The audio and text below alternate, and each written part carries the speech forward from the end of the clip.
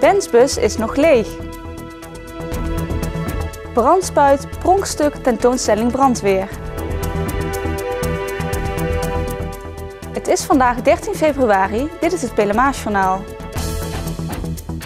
De gemeenteraad praat op dinsdag 25 februari toch in de openbaarheid over de situatie bij Kunstencentrum Jeruzalem. Dat werd deze week in de vergadering van de fractievoorzitters besloten. Onlangs werd het beladen onderwerp van de agenda van de commissie Welzijn gehaald omdat het financiële onderzoek en het ondernemingsplan geheim zijn. Er vond daarom een extra commissievergadering achter gesloten deuren plaats. Het onderzoeksrapport, uitgevoerd door K+V in opdracht van de gemeente, en het ondernemingsplan zijn nog steeds geheim. Kunstencentrum Jeruzalem ondergaat dit jaar een ingrijpende financiële sanering. Sinds gisteren hebben de dorpen Merselo en Vredepeel een wensbus op proef. De wensbus is bedoeld om de leefbaarheid in de kleine kernen te behouden. De wensbus is een project, opgezet vanuit de provincie. Omdat grote bussen niet efficiënt voor kleine dorpen zijn, wil de provincie maatwerk. Dat betekent kleine busjes waarvan de inzet door de bewoners zelf wordt geregeld. In Merselo en Vredepeel is een pilot gestart. Woensdagochtend werd samen met de openbaar vervoergedeputeerde Patrick van der Broek een eerste ritje met de bus gemaakt. En wij waren de tweede, want er is verder nog geen gebruik van de wensbus gemaakt.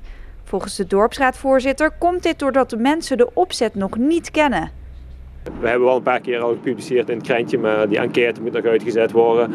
Er is best heel veel vaart achter gezet vanuit de provincie. Dus, maar waar we de eerste zijn in Limburg, ja, dan zijn we geworden. Maar er moet nog heel veel gebeuren om het alles goed op de rails te krijgen.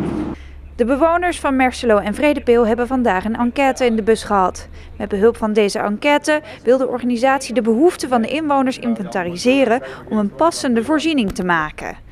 Theo gaat ervan uit dat de bus 2 keer per dag een vaste route via het station gaat rijden in de ochtend- en avondspits. In de uren daartussen rijdt de wensbus op aanvraag.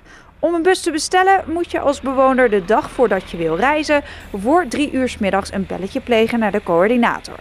Vrijwilligers uit het dorp mogen in de bus rijden. Jacques van Meijel is een van deze vrijwilligers. En ik had tijd over, dus dacht ik, laat me dat gaan doen. En puur voor om het op de rails te zetten als het ware. Want het moet dag gaan lopen en in het begin is het altijd moeilijk. En voor de rest is daar gewoon afwachten al. En ja, een ritje maken met een bus is nooit geen probleem. De proef loopt voor een periode van 6 maanden. Elke 2 maanden wordt de pilot geëvalueerd met de provincie. De dorpsraadvoorzitter hoopt dat er veel gebruik van de bus gemaakt gaat worden. Ook een structureel gebruik en dat we daarna door kunnen gaan met de pilot. Maar de mensen moeten het zelf vullen. Als de mensen er geen gebruik van maken, dan is het ook gekke werk om zoiets op te zetten. De burgers of de inwoners van Vredepeel, Merselo, die moeten het zelf gaan willen. Want anders dan zeggen we van, ja, we hebben het geprobeerd, het is niet geslaagd, het zij zo. Mensen maken van andere vervoersmiddelen gebruik. Ook op andere plekken in Limburg wordt geëxperimenteerd met de wensbus. De test is tot stand gekomen in samenwerking met Veolia en de Vereniging van Kleine Kernen Limburg. De vrijwilligers van de vereniging Beweeggerust in het verzorgingstehuis Het Schuttersveld in Venray slaken een noodkreet. Het aantal deelnemers aan deze wekelijkse muzikale activiteit op dinsdagmiddag neemt gestaag af en wordt daarmee bedreigd in haar voortbestaan. Als er op korte termijn geen nieuwe leden bijkomen, moet noodgedwongen de stekker eruit worden getrokken. Bewegen heeft voor de ouderen vele voordelen. Zo heeft het een gunstig effect op bepaalde ziektes zoals hart- en vaatziekten en diabetes. Het verbetert de algemene lichamelijke conditie, maar verkleint ook de mate van lichamelijke onrust. Precies 300 jaar geleden kocht Venray in februari 2 brandspuiten. Hiermee wordt het begin van brandweer Venray aangeduid. In het Venrays Museum is tot juni een tentoonstelling te zien over de ontwikkeling van de brandweer in de 300 jaar. Pronkstuk is een soortgelijke brandspuit die in 1714 door Venray is aangekocht. Het meest bijzondere voorwerp is een brandspuit die 300 jaar geleden gekocht is door Venray. 2 brandspuiten zijn toegekocht en zo'nzelfde brandspuit staat in het museum opgesteld. Hij is niet afkomstig van Venray, want die bestaan niet meer, maar hij is afkomstig uit het museum in Kevelaar. Er zijn allerlei voorwerpen, maar ook foto's en schilderijen te zien die allemaal iets te maken hebben met de Venrayse brandweer. Allemaal tonen zij concreet de ontwikkeling van de brandweer. De geschiedenis laat zien dat incidenten de brandweer van Venray hebben gevormd.